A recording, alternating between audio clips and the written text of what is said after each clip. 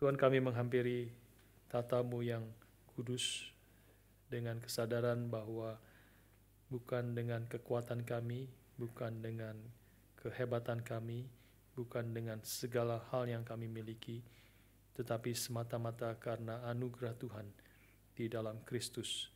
Kami manusia yang berdosa telah Engkau tebus dengan darah anak-Mu yang tunggal, Yesus Kristus, sehingga kami boleh menghampiri tata-Mu yang kudus dengan berani, dengan yakin Engkau akan menerima kami. Karena Engkau telah menebus kami dan menyucikan kami dari segala dosa-dosa kami.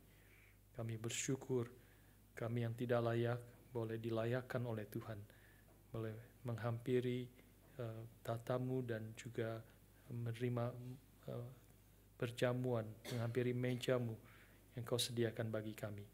Tuhan, siapkan hati kami untuk menerima perjamuan kudus pada hari ini melalui firman yang kami akan renungkan bersama-sama.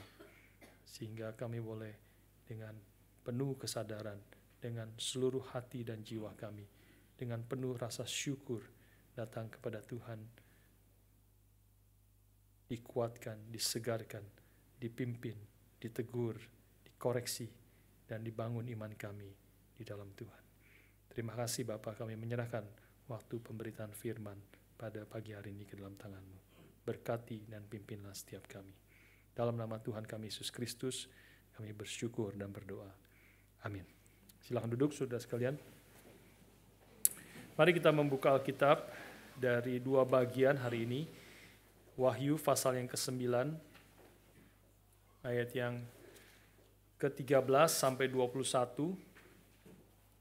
Ini kita membaca Wahyu pasal 9, ayat 13 sampai 21 ini masuk ke dalam sangkakala yang ke-6. Lalu kemudian kita lompat ke dalam pasal yang ke-11. Nanti saya akan memberitahu selanjutnya. Pasal 11 masuk, kemudian lompat ke dalam langsung ke sangkakala yang ke-7. Ya. Nanti di tengah-tengahnya kita akan baru bahas minggu yang akan datang. Oke, bagian yang pertama adalah Wahyu 9 ayat 13 sampai 21. Mari kita membaca berganti-gantian. Saya mulai ayat 13, saudara ayat 14 bergantian sampai ayat 21. Wahyu 9 ayat 13 saya mulai. Lalu malaikat yang ke-6 meniup sangkakalanya, dan aku mendengar suatu suara keluar dari keempat tanduk mezbah emas yang di hadapan Allah.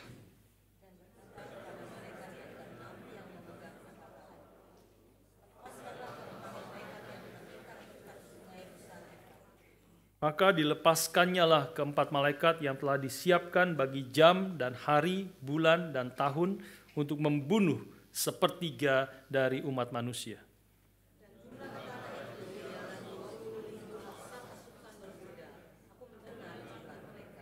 Maka demikianlah aku melihat dalam penglihatan ini kuda-kuda dan orang-orang yang menungganginya. Mereka memakai baju zirah, merah api dan biru dan kuning belerang warnanya. Kepala kuda-kuda itu sama seperti kepala singa, dan dari mulutnya keluar api dan asap dan belerang.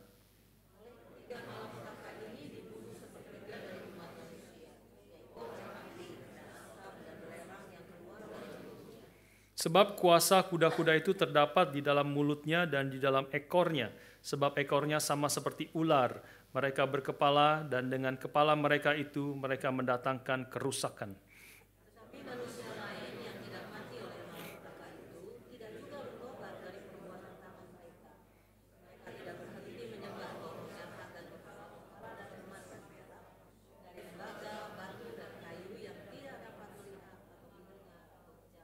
Dan mereka tidak bertobat daripada pembunuhan, sihir, percabulan, dan pencurian. Nah, sekarang kita lompat ke dalam sangkakala yang ke-7 di dalam pasal 11 ayat yang ke-15. Ya, di antaranya adalah yang kita lewatin adalah interlude dari sangkakala ke-6 dan sangkakala ke-7 di antaranya. Kita akan bahas itu minggu depan. Kita lompat terlebih dahulu ke sangkakala yang ke-7 langsung. Pasal 11 ayat yang ke-15 sampai ke-19. Mari kita membaca bersama-sama beberapa ayat ini. 2, 3. Lalu malaikat yang ketujuh meniup sangkakalanya, dan terdengarlah suara-suara nyaring di dalam sorga, katanya, pemerintahan atas dunia dipegang oleh Tuhan kita, dan Dia yang diurapinya, dan Ia akan memerintah sebagai Raja sampai selama-lamanya. Dan ke-24 tua-tua yang duduk di hadapan Allah di atas tata mereka, tersungkur dan menyembah Allah sambil berkata, kami mengucap syukur kepadamu ya Tuhan, Allah yang Maha Kuasa, yang ada dan yang sudah ada, karena Engkau telah memangku kuasamu yang besar dan telah mulai memerintah sebagai Raja. Dan semua bangsa telah marah, tetapi amarahmu telah datang, dan saat bagi orang-orang mati untuk dihakimi, dan orang memberi upah kepada hamba-hambamu, nabi-nabi dan orang-orang kudus, dan kepada mereka yang takut akan namamu, kepada orang-orang kecil dan orang-orang besar, dan untuk membinasakan barang siapa yang membinasakan bumi. Maka terbukalah bait suci Allah di sorga, dan kelihatanlah tabut perjanjiannya di dalam bait suci itu, dan terjadilah kilat dan deru guru dan gempa bumi dan hujan es lebat. Oke, saudara sekalian, kita hari ini masuk ke dalam sangkakala yang ke-6, ya, yang kita bisa melihat paralelnya atau introduksinya di dalam Wahyu pasal yang ke-7 sebelumnya, waktu itu berbicara tentang seorang malaikat yang menahan 4 malaikat lain yang berdiri di 4 penjuru bumi. Ini latar belakangnya ya. Ada seorang malaikat yang muncul, seorang malaikat yang gagah perkasa yang menahan 4 malaikat lain. Di pasal 7 ayat 1-3 itu berbicara tentang 4 malaikat lain yang berdiri di 4 penjuru bumi, ya, 4 penjuru bumi yang siap memporak-porandakan bumi. Tetapi malaikat itu yang muncul mengatakan, tunggu, jangan dulu, jangan, tunggu sebentar. Tunggu supaya umat Tuhan itu diberi materai nama Allah dan nama anak domba Allah di dalam dahi mereka. Dan nama itu akan melindungi umat Tuhan ini dari kehancuran dan keporak-porandaan yang akan dilakukan oleh keempat malaikat itu yang siap menghancurkan bumi. Nah, saudara sekalian, di dalam pasal yang ke-9 yang tadi kita baca, disinilah ketika malaikat yang ke-6 meniup sangkakalanya, maka berkatalah malaikat yang ke-6 itu, lepaskanlah sekarang keempat malaikat yang terikat dekat sungai besar Efrat itu. Ya, jadi sekarang sebelumnya ditahan, sekarang lepaskanlah sekarang. Ya, dan kemudian kita baca ketika keempat malaikat itu yang dekat sungai besar Efrat itu dilepaskan, maka sepertiga umat manusia itu mati. Yang digambarkan di situ. Ini jelas eskalasi daripada penghukuman Tuhan di dalam sangkakala sebelumnya. Ya, penghukuman sebelumnya terjadi atas sepertiga dari bumi yang terbakar, ada sepertiga pohon yang hancur, ada sepertiga lautan yang menjadi rusak, dan sepertiga binatang-binatang di dalam lautan itu menjadi hancur dan mati dan sebagainya. Tetapi sekarang sepertiga dari umat manusia itu mati. Ya, jadi ini ke hukuman penghakiman yang semakin memuncak. Saudara-saudara kalian, apa yang terjadi di sini mengingatkan kita tentang salah satu doktrin di dalam gereja Reform yang sangat penting sebenarnya, yang adalah the doctrine of common grace. Ya, common grace ini adalah berbicara tentang yang sederhananya adalah Tuhan memberikan hujan baik kepada orang jahat maupun kepada orang baik bagi anak-anak Tuhan maupun orang-orang yang melawan Tuhan. Ya, Tuhan memberikan matahari kepada semua manusia. Ya, jadi ini adalah anugerah Tuhan yang common kepada semua orang. Ya,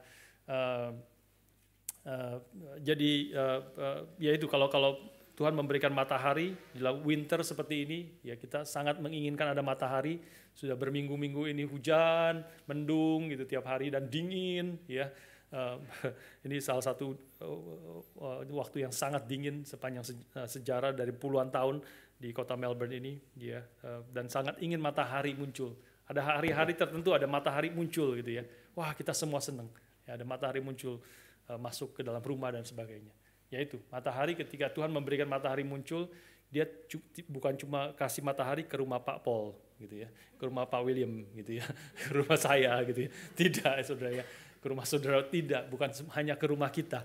Ya, tetapi matahari muncul ke semua orang, baik orang yang jahat, baik perampok, baik drug addict, baik drug dealer dan sebagainya. Matahari semua diberikan ya kepada semua orang. Itu adalah common grace, ya, anugerah Tuhan yang diberikan kepada semua orang. Juga common grace itu juga bisa dimengerti sebagai hal-hal yang baik yang kita bisa lihat, yang juga bisa muncul dari orang-orang yang jahat sebenarnya, ya, orang-orang yang tidak mengenal Tuhan, orang-orang yang tidak percaya kepada Tuhan, tetapi kita tahu bahwa di antara mereka juga ada hal-hal yang baik yang muncul dari mereka.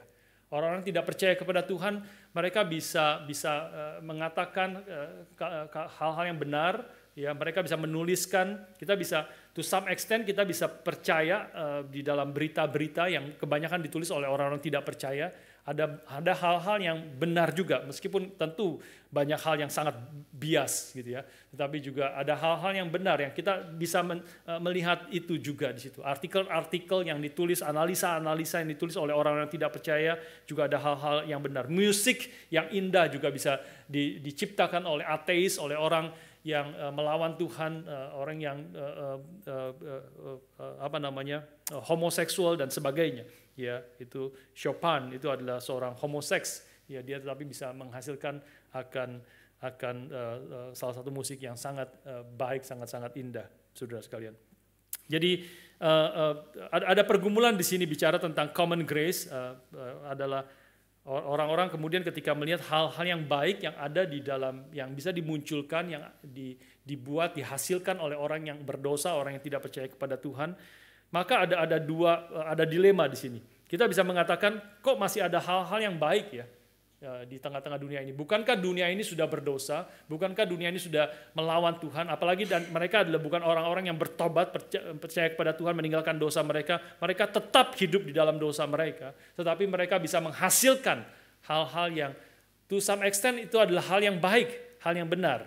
Begitu ya, lukisan yang indah, musik yang baik, arsitektur yang bagus, juga bisa dihasilkan oleh orang-orang yang tidak mengenal Tuhan. Jadi pertanyaannya adalah muncul, apakah sebenarnya dunia ini tidak betul-betul berdosa? Itu bisa muncul pertanyaan itu. Bukankah kalau dosa, apalagi kita bicara tentang akibat daripada dosa, segala aspek hidup manusia menjadi tercemar oleh dosa, menjadi rusak dan melawan daripada Tuhan.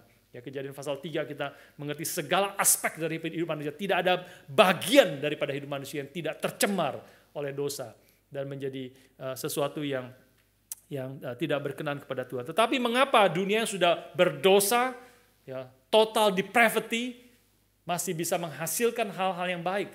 Apakah sebenarnya dosa itu tidak mencakup, mempengaruhi seluruh aspek hidup manusia? Itu satu pertanyaan dilema yang muncul. Atau dilema yang kedua, pertanyaan yang muncul adalah, apakah sebenarnya yang kita sebut baik itu, yang kita katakan baik itu sebenarnya tidak benar-benar baik, tidak benar-benar benar, ya, tidak betul-betul indah. Hanya kita yang salah mengerti. Sebenarnya itu adalah tercemar oleh dosa sehingga tidak benar-benar baik yang kita katakan baik itu. Nah, itu menjadi dua pandangan yang seperti muncul di dalam teologi reform berbicara tentang common grace. Common grace itu jadi melihat hal-hal yang baik yang muncul dari orang-orang yang tidak percaya, ya. Maka John Calvin mengatakan tidak demikian, ya, bukan ini dan bukan itu. Bukan kita tahu Alkitab mengatakan semua aspek hidup manusia, seluruh dunia sudah berdosa, baik pikiran, baik hati, baik emosi, baik kehendak, semua aspek hidup manusia sudah jatuh di dalam dosa. Tidak total depravity, segala aspeknya sudah tidak berkenan kepada Tuhan. Tetapi di sisi lain, kita melihat ada hal-hal yang baik, hal-hal yang benar dari orang yang tidak percaya. Lalu itu dari mana? Kalau ini adalah dunia sudah total depravity, mengapa bisa ada hal-hal yang baik yang ada dimunculkan, dihasilkan oleh orang-orang yang tidak percaya? Maka John Calvin mengatakan bahwa ini pun sebenarnya adalah anugerah Tuhan yang diberikan kepada mereka, tetapi bersifat common, bersifat umum, tidak bersifat menyelamatkan mereka. Ini adalah anugerah yang Tuhan berikan kepada orang-orang yang tidak percaya kepada Tuhan, tetap bukan karena dari diri mereka sendiri, karena mereka adalah orang yang sudah total depravity. Ini adalah anugerah Tuhan, ini adalah grace of God. Tetapi grace of God, anugerah yang bersifat common bagi semua orang, bagi termasuk orang-orang yang tidak percaya kepada Tuhan. Jadi tetap itu adalah berasal dari Tuhan, tetapi ini bersifat umum yang tidak menyelamatkan mereka sesungguhnya. Ya, dan tentu karena itu mereka tidak memuliakan Tuhan dan sebagainya. Ya, dan itu juga tetapi tetap kita bisa menghargai itu sebagai anugerah daripada Tuhan. Maka kita mengetahui di dalam Reform Theology yang mengatakan sebagai all truth is God's truth. Ya, maka seluruh kebenaran, kalau itu adalah kebenaran, siapapun yang mengatakannya, siapapun yang menghasilkannya, siapapun yang membuatnya, kalau itu adalah kebenaran, maka itu adalah berasal dari Tuhan. All truth is God's truth. Nah, itu adalah bicara tentang common grace. Ya. Nah, saudara sekalian, common grace ini juga salah satu aspeknya lagi yang lain yang kita masuk ke dalam kitab Wahyu sekarang ini adalah salah satu aspek dari common grace yang kita perlu mengerti adalah common grace itu adalah menahan dunia yang sudah berdosa ini sehingga tidak mengalami kerusakan yang serusak-rusaknya. Ya, ini salah satu aspek dari common grace. Tadi aspek yang lain ya.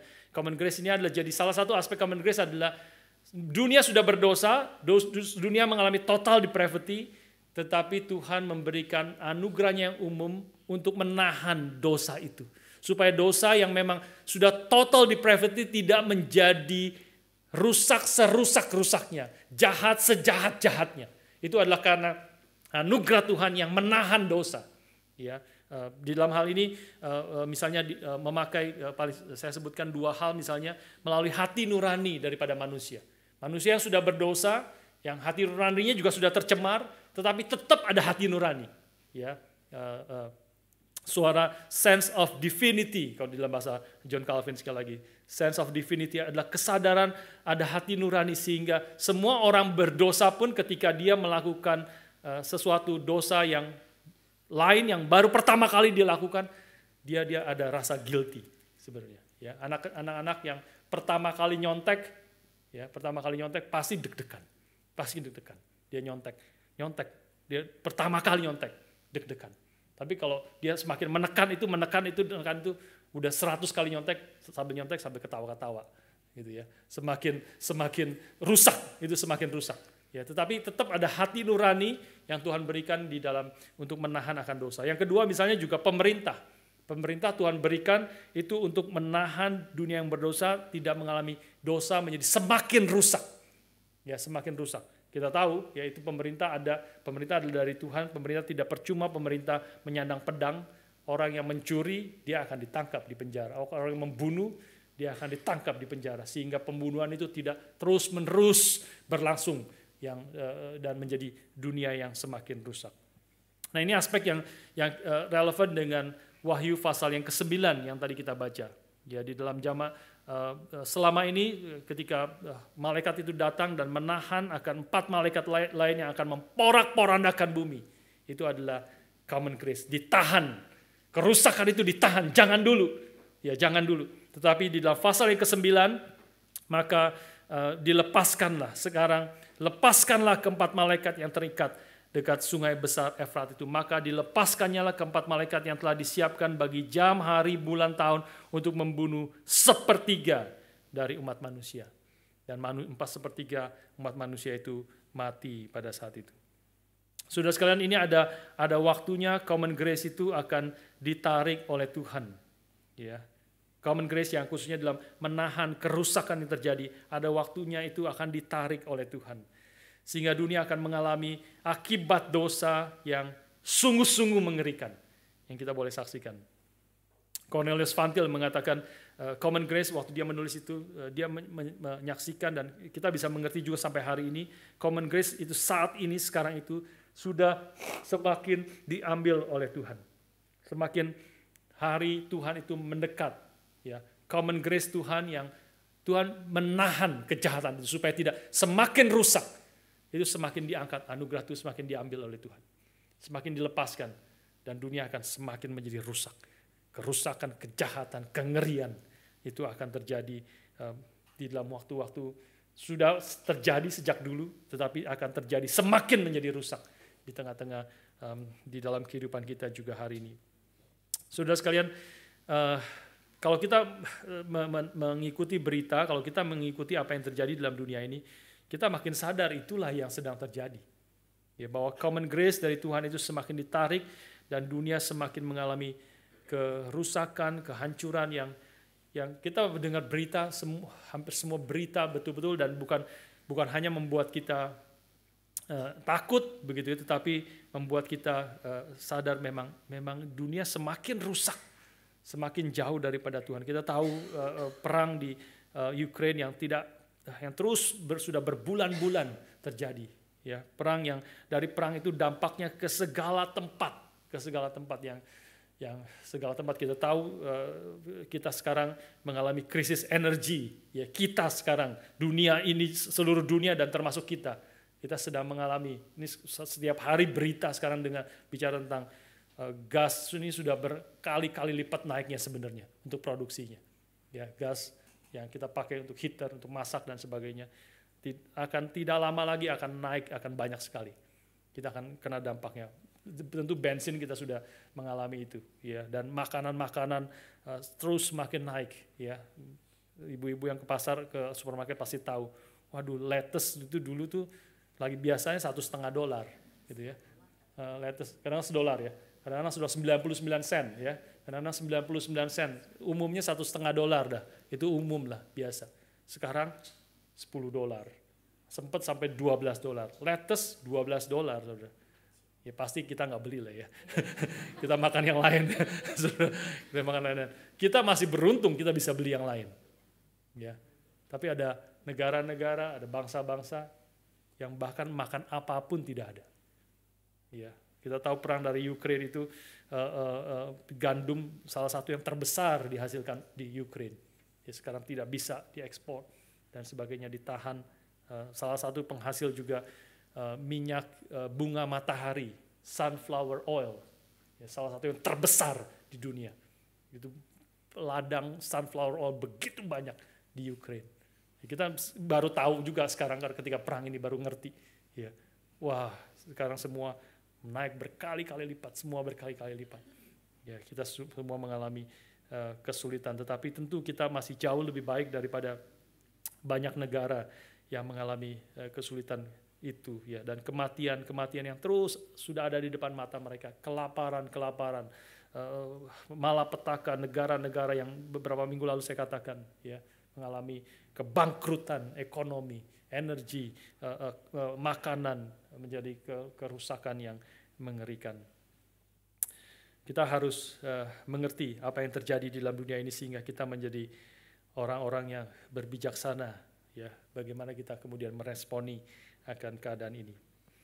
Saudara sekalian, hal yang menarik di sini di dalam Wahyu pasal 9 adalah yang dikatakan di sini, lepaskanlah keempat malaikat yang terikat dekat sungai besar Efrat itu. Ya, berapa kali nanti disebut nanti di dalam pasal yang 12 atau 16 itu muncul lagi sungai besar Efrat itu. Euphrates, ya, Euphrates di dalam bahasa Inggrisnya the Euphrates River, the Great River Euphrates. Ya, saudara sekalian, ini adalah sungai besar Efrat itu. Sungai besar Efrat itu adalah satu tempat yang penting sebenarnya, memiliki signifikansi di dalam sejarah Alkitab dan juga di dalam masa kontemporer. Masa kontemporer itu masa waktu Wahyu ditulis dan juga sebenarnya zaman kita. Nah, kita ini sekarang masuk ke dalam ini sesuatu yang saya tidak biasa sebenarnya mempelajari hal-hal ini, ya. Saya sesuatu yang wilayah yang tidak familiar bagi saya. Saya tidak terlalu tertarik ini melihat begitu dan sebagainya, tempat-tempat, ya, dan apalagi terus kemudian dikaitkan dengan politik apa yang terjadi di sini. Tapi ini sesuatu yang waktu saya mempelajari lagi, memang ini sesuatu yang penting sebenarnya, ya, yang kita harus belajar dan bertumbuh bersama-sama di dalam apa yang Tuhan nyatakan kepada kita di dalam Alkitab, ya, bukan spekulasi, tetapi memang ini yang Alkitab ajarkan kepada kita sebenarnya. Kalau kita belajar dari tentang sungai Efrat ini di dalam Alkitab, ya, maka sebenarnya sungai Efrat ini memiliki konotasi yang penting di dalam sejarah Alkitab dan juga di dalam masa kontemporer sebenarnya.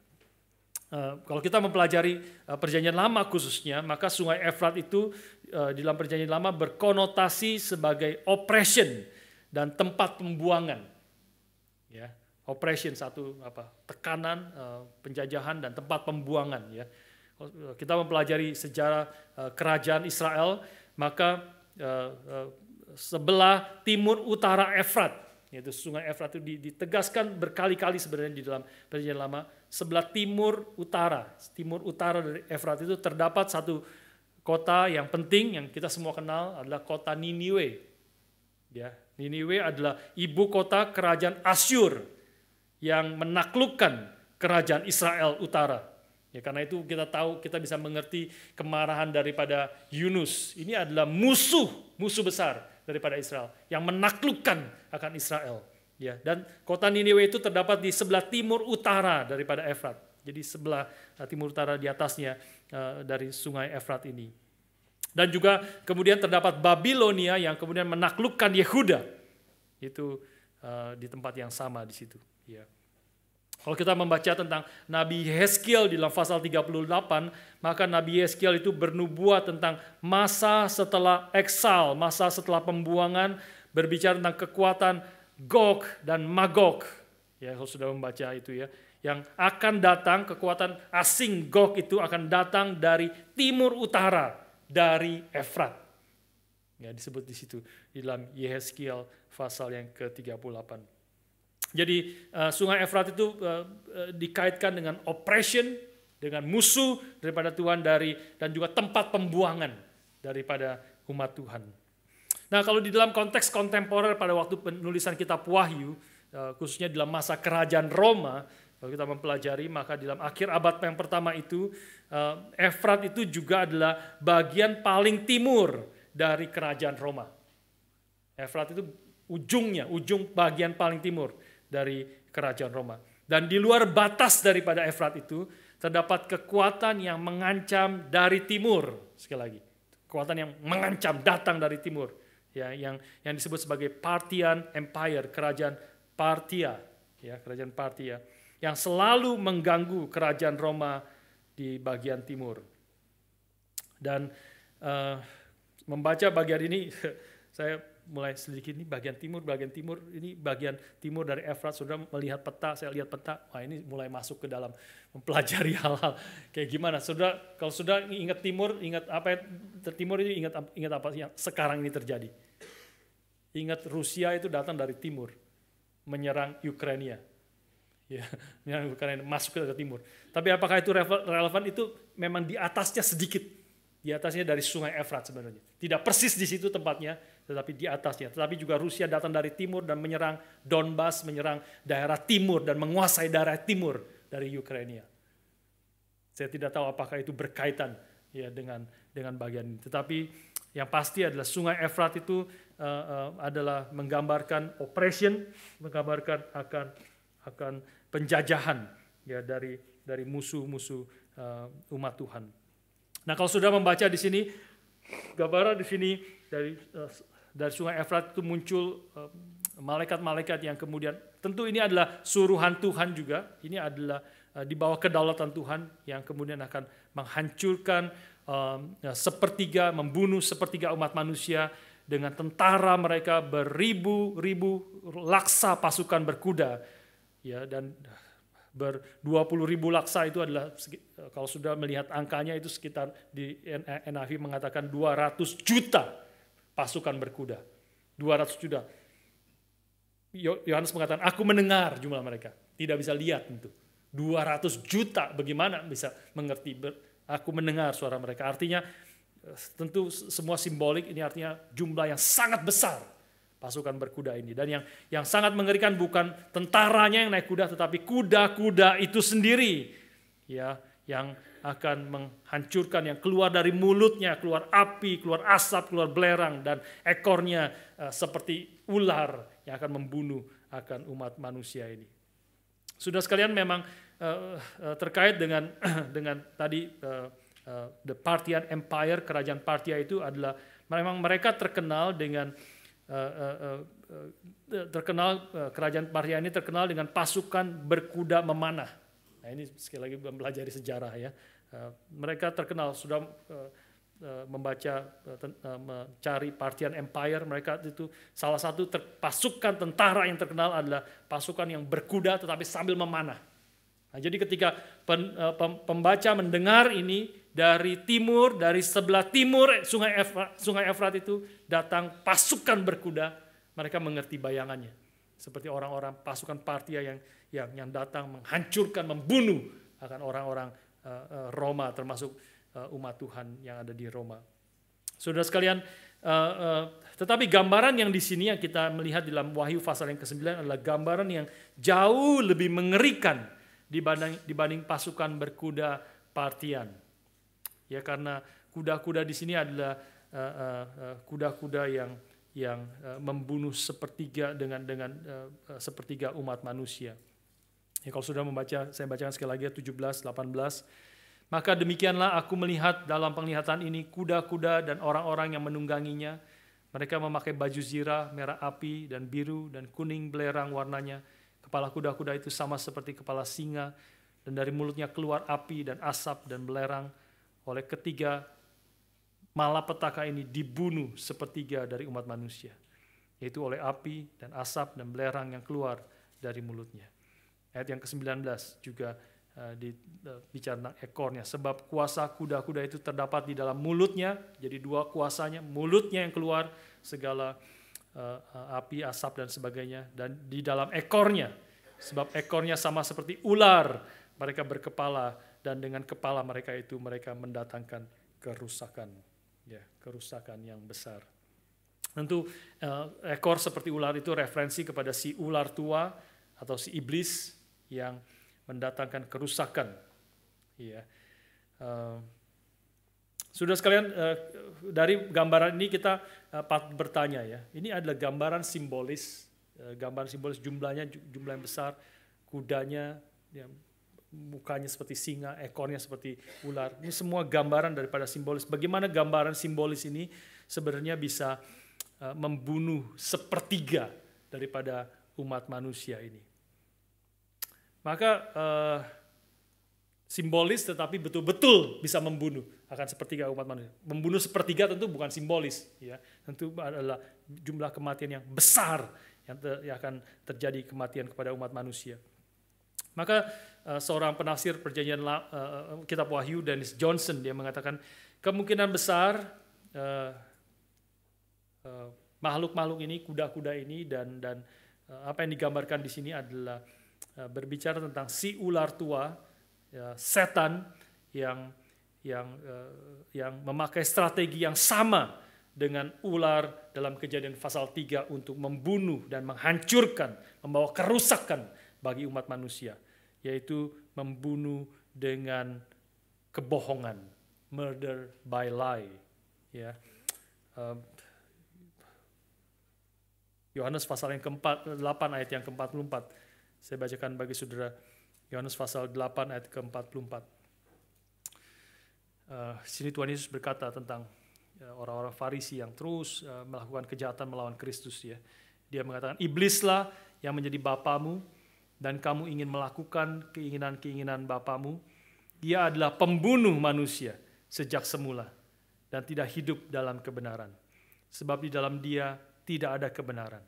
Apabila ia berkata dusta, ia berkata atas kehendaknya sendiri, sebab ia adalah pendusta dan bapa segala dusta. You belong to your father, the devil, and you want to carry out your father's desire. He was a murderer from the beginning, not holding to the truth, for there is no truth in him. When he lies, he speaks his native language, for he is a liar and the father of lies. Ya, jadi membunuh sepertiga kemungkinan besar melalui bohong, penipuan yang dilakukan dengan mulutnya. Sekali lagi, ya, di sini keluar dari mulutnya. Sudah sekali lagi kita bisa melihat sebenarnya misalnya perang Ukraina itu perang yang dibangun di atas kebohongan. Ya, dia bangun narasi sendiri, bangun pikirannya sendiri, si Vladimir Putin itu, maka dia percaya akan kebohongan itu dan dia terus mengatakan kebohongan itu. Dia mengatakan dia mau denasifikasi Ukraine, ya. Ini adalah ada Nazi, dia mau hancurkan Nazi karena memang dulu Rusia dikalahkan oleh Nazi, ya. Mereka mau melawan, menghancurkan, membalas dan menghancurkan Nazi. Padahal presiden Ukraine adalah orang Yahudi, ya. Orang Yahudi dihancurkan oleh Nazi. Saudara sekalian, ini sesuatu terus semua sudah baca berita, semua bertentangan, semua beritanya bertentangan. Ya, apa yang keluar dari Barat, apa yang keluar dari Ukraine, apa yang keluar dari Rusia, semuanya bertentangan. Pasti ada yang bohong. Ya, pasti ada kebohongan yang besar yang sedang dibangun. Dan terus peperangan yang terjadi di dunia ini juga, ya. Kalau kita mengikuti di mana-mana tempat, di China juga, ya, bicara kepada seorang jemaat kita yang dari China, dia bicara juga tentang hal itu. Di Indonesia juga kita mengetahui ada perang narasi yang benar dengan melalui narasi kebohongan. Dan itu sesuatu yang menjadi sangat berbahaya. Kalau orang-orang kemudian banyak orang, jutaan, puluhan juta, ratusan juta orang percaya pada narasi kebohongan ini, maka itu akan terjadi peperangan yang akan sangat besar. Dan Indonesia juga bisa berbahaya nanti di dalam pemilihan presiden tahun 2024. Akan menjadi sedang dibangun, terus dari sekarang mulai dibangun narasi-narasi yang bertentangan satu dengan yang lain. Ya, pasti ada yang bohong. Tidak mungkin dua-duanya benar. Kalau dua-duanya bohong itu mungkin dua-duanya bohong, gitu ya. Mungkin banyak kesalahannya juga, baik Barat, baik Timur dari Rusia. Mungkin banyak kebohongannya juga, dan itu akan menghasilkan kematian yang besar. Saudara sekalian, nanti di dalam cawan murka yang ke-6, ini adalah pasti bicara tentang sangkakala yang ke-6. Ya, kalau kita lihat nanti lompat di dalam cawan murka Allah yang ke-6 itu di dalam pasal yang ke-16 kitab Wahyu. Maka itu akan ditumpahkan ke sungai Efrat, sekali lagi muncul sungai Efrat. Ya, cawan murka yang ke-6 itu akan ditumpahkan ke sungai Efrat, dan dari situ akan keluar 3 roh najis yang menyerupai katak dari mulut nabi palsu untuk menipu raja-raja dunia dan mengumpulkan mereka untuk peperangan terakhir melawan Allah dan gerejanya. Sekali lagi itu jadi muncul sungai Efrat, muncul penipuan nabi-nabi palsu untuk menipu raja-raja dunia. Mungkin saja kemungkinan besar kalau dibalik daripada penipuan ini kita tahu adalah setan, si iblis, the father of lies. Ya, mungkin kalau orang-orang penguasa raja-raja itu mungkin saja Vladimir Putin dia bukan sumber kebohongan itu. Dia sendiri sedang dipakai oleh setan untuk mengatakan dan menghidupi dan melakukan peperangan berdasarkan kebohongan. Ini adalah dibalik daripada semua kejahatan-kejahatan kebohongan yang ada di dunia ini, ada si setan, bapa dari ada segala penipu itu muncul di situ, menguasai akan dunia. Saudara sekalian, inilah kalau kembali kepada Wahyu 9, inilah api asap belerang yang keluar dari mulut kuda dan yang akan membunuh sepertiga umat manusia. Murder by lies. Ya. Namun demikian kita melihat di sini meskipun sudah mati sepertiga umat manusia, pasal 9 ayat 20-21 digambarkan orang-orang yang masih hidup juga tidak bertobat. Tapi manusia lain yang tidak mati oleh malapetaka itu tidak juga bertobat dari perbuatan tangan mereka. Mereka tidak berhenti menyembah roh-roh jahat dan berhala-hala dari emas, perak, tembaga, batu, kayu yang tidak dapat melihat atau mendengar atau berjalan. Dan mereka tidak bertobat daripada pembunuhan, sihir, percabulan, dan pencurian. Ini sekali lagi menegaskan betapa kesengsaraan, kesusahan, ancaman itu tidak pernah mempertobatkan akan manusia.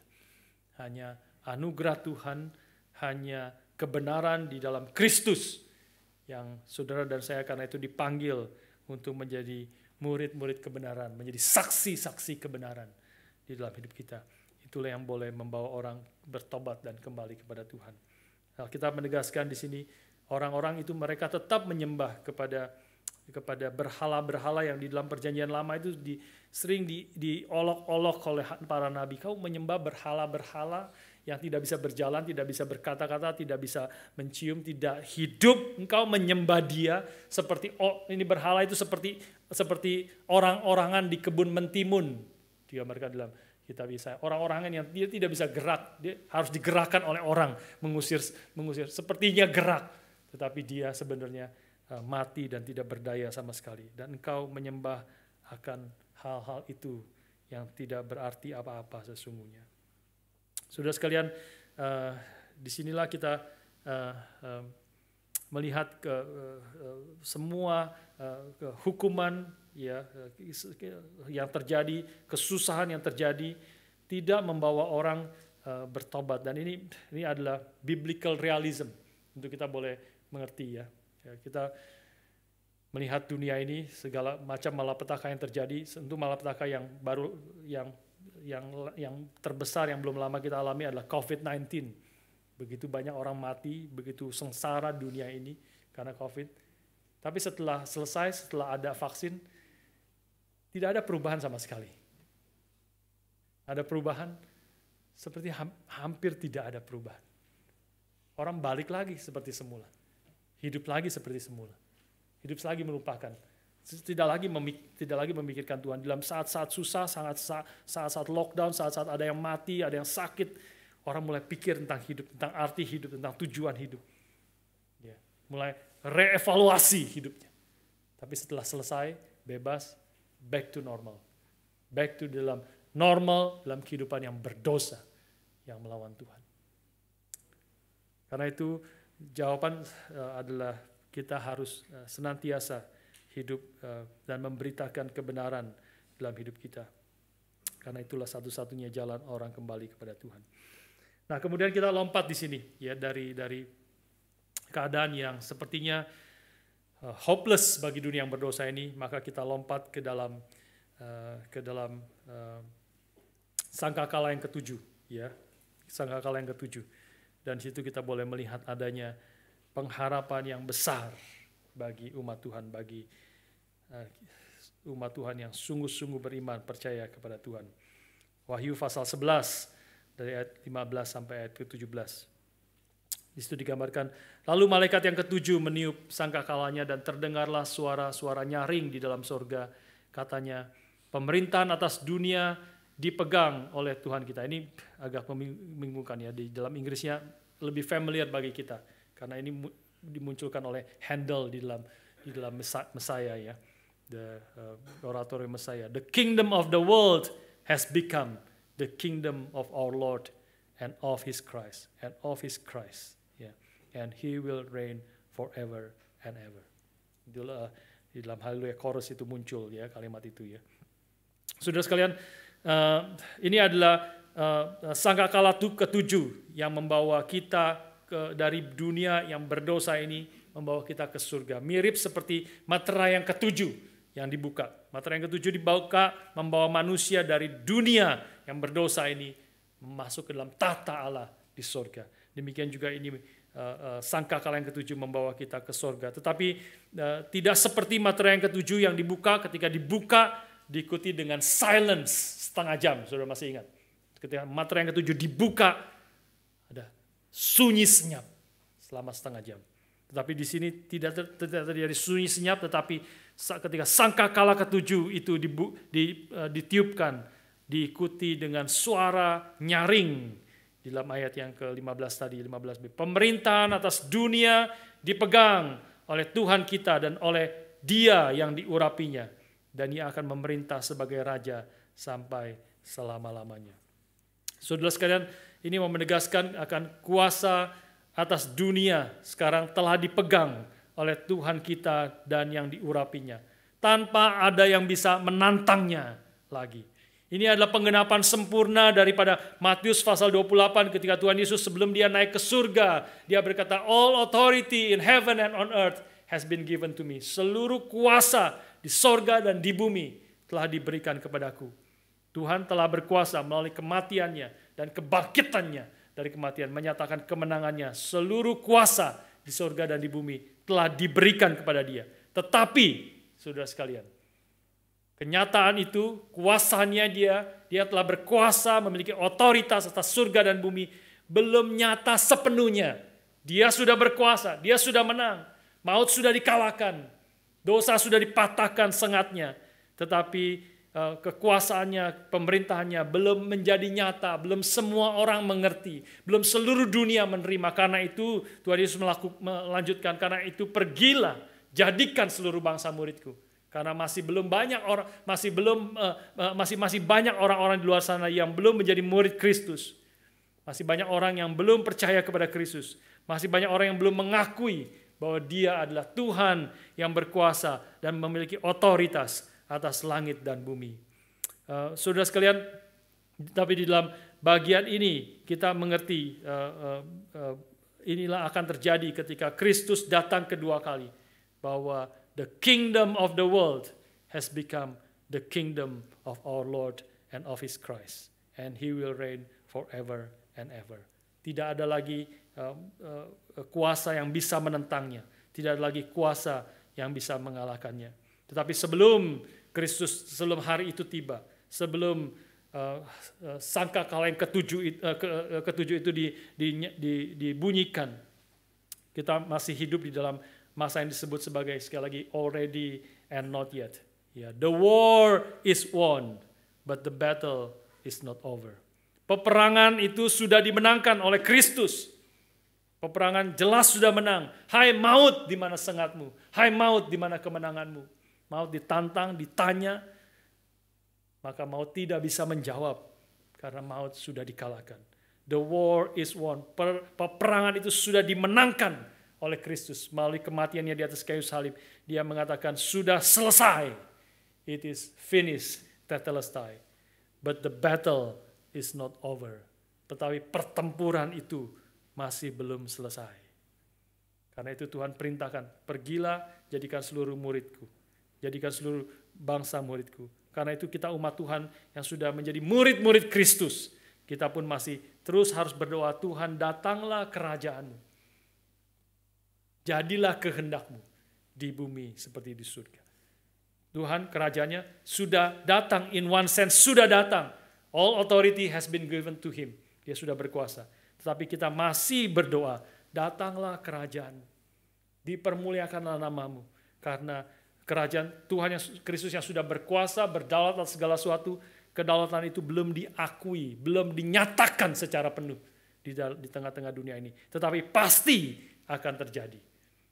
Karena itu ketika Wahyu pasal yang ke-11 ini yang kita baca, ketika bicara kedatangan Kristus yang kedua kali secara umum, kita katakan ketika secara lebih spesifik bicara tentang ketika sangkakala ketujuh itu dinyanyikan, ditiupkan, maka doa kita yang berkata, datanglah kerajaanmu, jadilah kehendakmu di bumi seperti di surga, itu totally, seluruhnya, secara sempurna itu terjadi.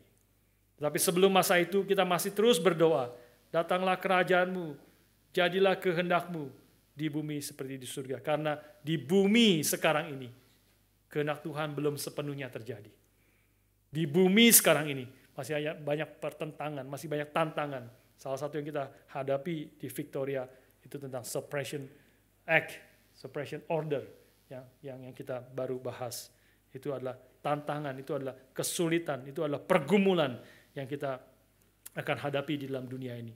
Tetapi kita akan terus berdoa, kita akan terus setia kepada Tuhan dan hidup dalam kehendak-Nya, sehingga kita adalah orang-orang yang rindu bahwa kerajaan Tuhan datang, kehendak-Nya jadi di bumi seperti di surga. Nama Tuhan dipermuliakan secara sempurna di bumi seperti di surga.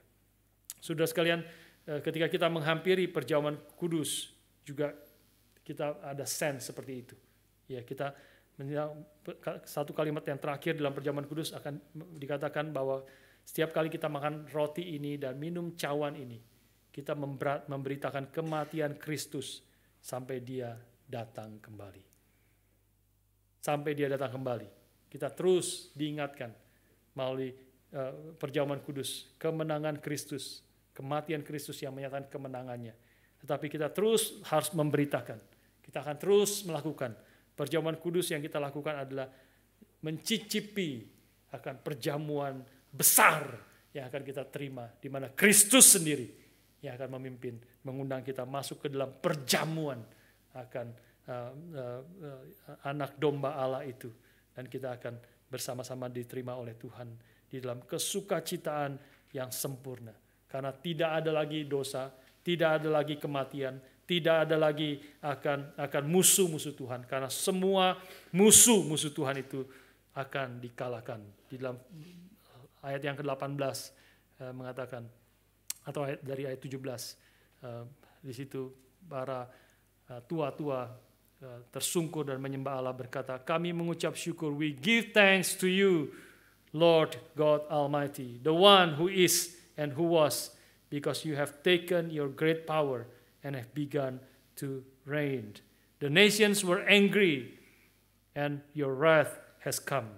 The time has come for judging the dead and for rewarding your servants, the prophets, and your saints, and those who reverence your name, both small and great, and for destroying those who destroy the earth.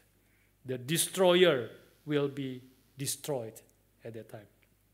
Ya, penghancur, pembinasa itu hari itu akan dibinasakan. Tidak lagi dosa, tidak lagi orang yang melawan, tidak lagi kuasa-kuasa yang menentang Tuhan, dan umat Tuhan akan bersukacita bersama-sama menerima anugerah, menerima akan segala yang dijanjikan oleh Tuhan, menerima akan kehadiran Tuhan yang nyata di tengah-tengah mereka. Itu gambaran yang terakhir ayat yang ke-19. Maka terbukalah bait suci Allah yang di sorga, dan kelihatanlah tabut perjanjian di dalam bait suci itu, dan terjadilah kilat, deru, guru, gempa bumi, hujan es, lebat, dan sebagainya. Ini menggambarkan tentang kehadiran Allah yang sempurna. Ya, seorang ahli wahyu mengatakan this is the symbol of superlatively real and intimate and perfect fellowship between God and his people. Tabut perjanjian di bait suci Allah itu menggambarkan kehadiran Allah, ya, dari perjanjian lama. Tetapi kehadiran Allah terus mengalami disrupsi, terus mengalami kekacauan, terus mengalami tantangan, terus mengalami kebingungan. Kadang-kadang bahkan tabut Allah direbut oleh musuh, ya, dan sebagainya. Mengalami banyak disrupsi daripada kehadiran Allah di tengah-tengah umatnya. Dan Tuhan berjanji, I will be your God and you will be my people. Tetapi terus mengalami tantangan, kesulitan di dalam kehidupan umat Tuhan, di dalam bangsa Israel, termasuk juga kita hari ini. Tetapi ketika Kristus datang kedua kali, ketika terompet yang ke-7 itu dibunyikan, sangkakala yang ke-7 itu dibunyikan, maka kehadiran Tuhan yang secara sempurna itu datang, hadir, dan dikuatkan, menguatkan kita, menghibur kita, dan janji Tuhan bahwa aku akan menjadi umat, aku akan menjadi Allahmu, dan kau akan menjadi umatku. Itu akan terjadi secara sempurna. Tidak ada lagi gangguan. Kita sepenuhnya sadar Tuhan hadir di tengah-tengah kita. Sepenuhnya sadar Dia menjadi Tuhan dan Allah kita yang kita sembah, kita muliakan. Tidak ada lagi dosa, tidak ada lagi idolatry. Karena Dia adalah Tuhan satu-satunya yang dipermuliakan, ditinggikan. Dan kita semua menerima kesukaan yang besar di hadapan Tuhan. Sukacita yang berlimpah-limpah. Dan kita akan berada di tangan kanannya, menikmati di dalam tangan kanan Tuhan, nikmat selamanya. Nikmat selamanya secara sempurna. Sudah sekalian, tetapi sebelum tiba hari itu, kita masih ada hari ini. Kita masih hidup di dalam zaman ini, zaman yang terakhir. Zaman yang terakhir yang mengingatkan kita dengan visi, dengan kebenaran yang Tuhan nyatakan kepada kita dalam kitab Wahyu tentang janji apa yang Tuhan akan kerjakan dan menghancurkan seluruh dosa, to destroy the destroyer. Maka ini memberi penghiburan, memberikan kekuatan, mendorong kita untuk menjadi anak-anak Tuhan yang terus setia, sekali lagi, terus setia di dalam melakukan kehendak Tuhan. Terus hidup di dalam rencananya. Karena umat Tuhan inilah hamba-hamba Tuhan inilah yang diperkenan oleh Tuhan dan yang akan menerima akan sukacita yang berlimpah-limpah itu di hadapan Tuhan. Tetapi orang-orang yang menentang Dia, orang-orang yang melawan Tuhan akan mengalami kehancuran dan kerusakan yang mengerikan yang digambarkan di dalam kitab Wahyu ini. Marilah kita menghampiri meja Tuhan hari ini dengan kesadaran demikian. Dan kesadaran bahwa Kristus telah mati bagi kita, Dia telah bangkit bagi kita, sehingga hidup kita boleh dipakai, dipersembahkan bagi Tuhan yang akan datang kembali. Dia yang telah bangkit, yang telah mengalahkan maut, yang telah mengalahkan dosa. Dia akan datang kembali menyempurnakan semua hal yang Dia telah capai di dalam kematian dan kebangkitannya.